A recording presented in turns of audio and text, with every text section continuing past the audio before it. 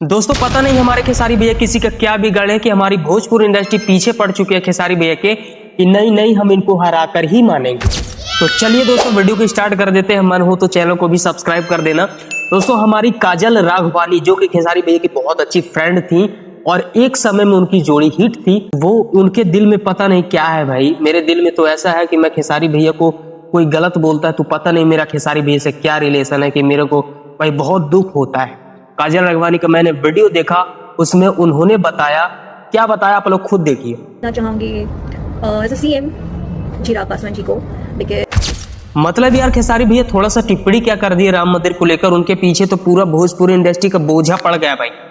क्या ही गलत बोल दिए आप लोग बताइए कि राम मंदिर की जगह हॉस्पिटल होना चाहिए। क्या गलत बोला उन्होंने?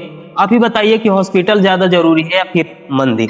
और पवन सिंह से सवाल पूछा गया था कि निरहुआ जी खेसारी जी को यदमुल्ला बोल रहे थे तो क्या बोलेंगे, तो उनका कहना है कि भाई ठीक ही तो बोले।